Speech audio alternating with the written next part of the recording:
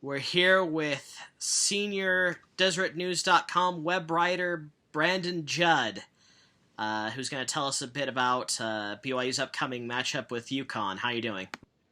Doing great. How are you doing? Doing wonderful. So first question, you've done a little scouting of UConn. What are three players to watch on the UConn offense? First one, obviously, Casey Cochran, the sophomore quarterback who was just named the starter, beat out Chandler Whitmer, senior, and another guy, Tim Boyle. Um, he threw 11 touchdowns last year to 4 picks, led the team to their three victories last year. So, and they're kind of expecting some big things out of him. One of our colleagues, Brandon Gurney, talked with Hartford Current reporter Desmond Connor, and according to Connor, from new head coach Bob Diaco, they're expecting to see a healthy amount of Whitmer in the game as well this weekend, in addition to Cochran. But we should see just how exactly Cochran does as a game one starter. That's one of them. One of the big advantages that he's going to have is he's got a guy named Jeremy Davis that he throws to at wide receiver, senior wideout. He became the first player in UConn history, or first player for UConn in their FBS history to have 1,000 receiving yards last year. And he caught 465 of those in the last 4 games when Cochran was mainly playing. So he's got that to go with him. They've also got a guy named Max De Lorenza, a running back, who's expected to be one of their top running backs. But instead of talking about him a little bit, let's talk a little bit about one that should be a key interest for UConn is their center, Alex Mateus. He's a Remington Trophy preseason watch list guy. This is an offensive line that kind of like BYU, they've got some question marks. They're not exactly sure how they're going to perform. You got Mateus there in the middle of the line. He'll be the leader there for them. And just how effective their offensive line can be can kind of depend or dictate just how effective they're going to be on offense come Friday. All right, so that's the offensive side of the ball. What are three things or players that we should be looking for on defense? Defense, one that you've got, and I'm probably going to botch this name, sophomore safety that they've got there. Let me find the kid's name. It's Obi, excuse me, Melifonwu.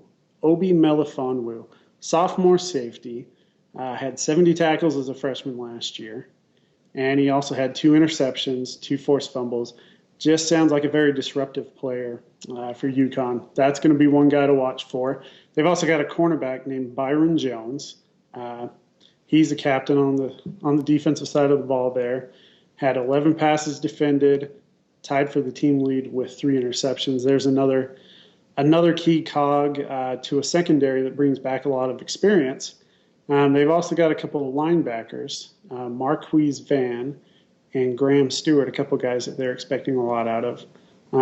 But kind of a third-person thing to watch, Bob Diaco, the head coach at UConn, first year, goes to UConn after 4 years as the defensive coordinator at Notre Dame. That included the 2012 season when they made the national championship game against Alabama. That season they were in the top 10 in the country in 12 different categories. So the interesting thing to kind of watch is just how much can Diaco put the pieces together on a defense in his first year with the defense. And if they can do that Friday, we'll see just how good he can do it. Okay, so UConn comes into this game as a 16.5 or 17-point underdog here. What does UConn need to do to win this game versus the Cougars? One big thing, just looking at their team from last year, getting off to a good start so they can keep confidence against a team that's going to, like, 17-point favorite, have the confidence to be able to stick with BYU in this game. Even though they're the home team, they're the big underdog in this game. Can they get off to a fast start?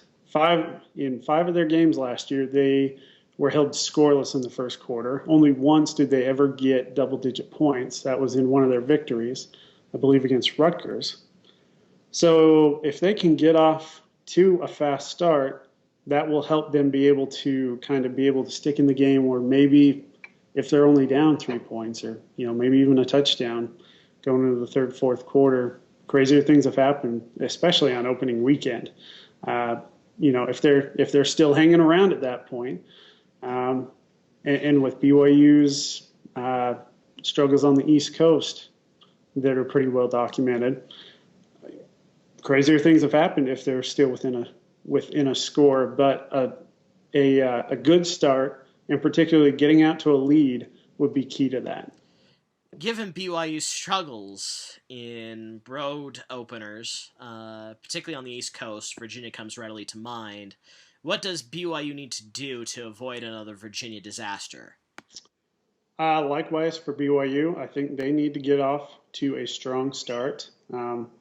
If BYU can put up, a touchdown and field goal, maybe a couple touchdowns before Connecticut gets on the board, I think that would do a lot of wonders for this team.